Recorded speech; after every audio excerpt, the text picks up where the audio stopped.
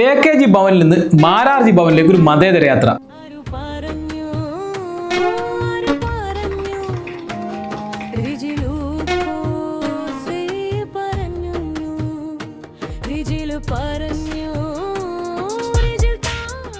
എന്തൊക്കെ മേളങ്ങളായിരുന്നു. തൃശ്ശൂരിൽ സുയേഷു പഴയ മെക്സവനെ PFIയുമായി കൂട്ടിക്കെട്ടുക. ഇങ്ങനെ കുറെ മൂക്കിൽ പൊടി വിവാദങ്ങളുമായാണ് റെജി ലൂക്കോസ് ഇടത് സഹയാത്രികന്റെ റോളിൽ ചർച്ചകളിൽ ഇരിപ്പുറപ്പിച്ചത്. 35 വർഷം ചാനൽ ചർച്ചകളിൽ CPMന്റെ ശബ്ദമായ കോട്ടയംകാരൻ സെക്കുലറിസം തേടിയെത്തിയത് മാരാർജി ഭവനിൽ. BJP സംസ്ഥാന അധ്യക്ഷൻ രാജീവ് ചന്ദ്രശേഖർ ഷാൾ അണിയിച്ച് ഇയാളെ പാർട്ടിയിലേക്ക് സ്വീകരിക്കുകയും ചെയ്തു. Diplomatic politics. നിയമസഭാ തെരഞ്ഞെടുപ്പിന് മുന്നോടിയായി BJP കരുക്കൾ നീക്കി തുടങ്ങിയെന്ന രൂപത്തിൽ റെജി ലൂക്കോസിന്റെ മതേതര യാത്രയെ അവതരിപ്പിക്കുന്നുണ്ടെങ്കിലും തുമ്മിയാ തെറിക്കുന്ന മൂക്കാണെങ്കിൽ പോട്ടെ എന്നാണ് CPM നേതാക്കളുടെ ഭാവം. അപ്പോൾ ആർക്കാ നഷ്ടം, ആർക്കാ അതിൻ്റെയൊക്കെ നേട്ടം? ദ മലയാളം ന്യൂസിന്റെ പൊളിറ്റിക്സിലേക്ക് സ്വാഗതം.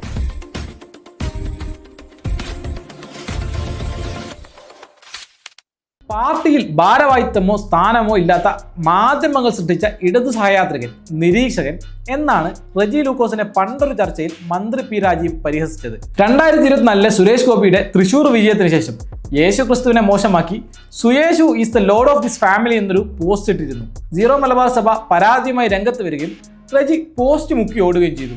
തോറ്റത് ഇടതാണെങ്കിൽ തോൽപ്പിച്ചത് ജമാഅത്ത് ഇസ്ലാമി എന്നാണല്ലോ ഇപ്പോഴത്തെ രാഷ്ട്രീയ സമവാക്യം. മെക്സവൻ വിവാദത്തിലും PFI ജമാഅത്ത് ഇസ്ലാമിയെ ചേർക്കാൻ റെജി ശ്രമിച്ചിട്ടുണ്ട്. 100% ഇടതന്റെ സ്വഭാവ ഗുണമെന്നാണ് വിമർശനങ്ങൾ ഉയരുന്നത്. അതെന്തെങ്കിലും ആവട്ടെ, ഈ കപ്പൽ ആടി ഉലയുകയില്ല സർ, കാരണം ഈ കപ്പലിനൊരു കപ്പിത്താനുണ്ടെന്നാണ്.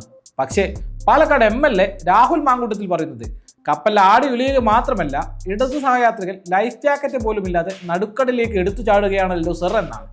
ഇതിൽ 35 വർഷം പാർട്ടിക്ക് വേണ്ടി ശബ്ദിച്ച ഇടതു സഹയാത്രികന് പാസിംഗ് ക്ലൗഡ് പദവി മാത്രമാണല്ലോ നൽകിയത് എന്നാലോചിക്കുമ്പോഴാണ് കൗതുകം.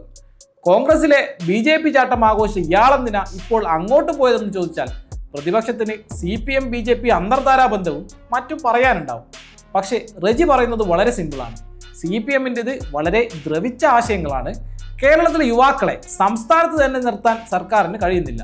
കേരളം ഒരു വൃദ്ധസദനമായി മാറിക്കൊണ്ടിരിക്കുകയാണ്. ഇതൊന്നും പോരാതെ കഴിഞ്ഞ കുറച്ചു കാലങ്ങളായി CPM വർഗീയ വിഭജനത്തിനാണ് ശ്രമിക്കുന്നതെന്നും ആരോപണമുണ്ട്. നിയമസഭാ തെരഞ്ഞെടുപ്പിന് മുന്നോടിയായി കേന്ദ്ര ആഭ്യന്തരമന്ത്രി അമിത്ഷാ കേരളത്തിലെത്തുന്നതിന് മുന്നോടിയായിട്ടാണ് റെജിയുടെ മറുകണ്ഠം ചാട്ടം.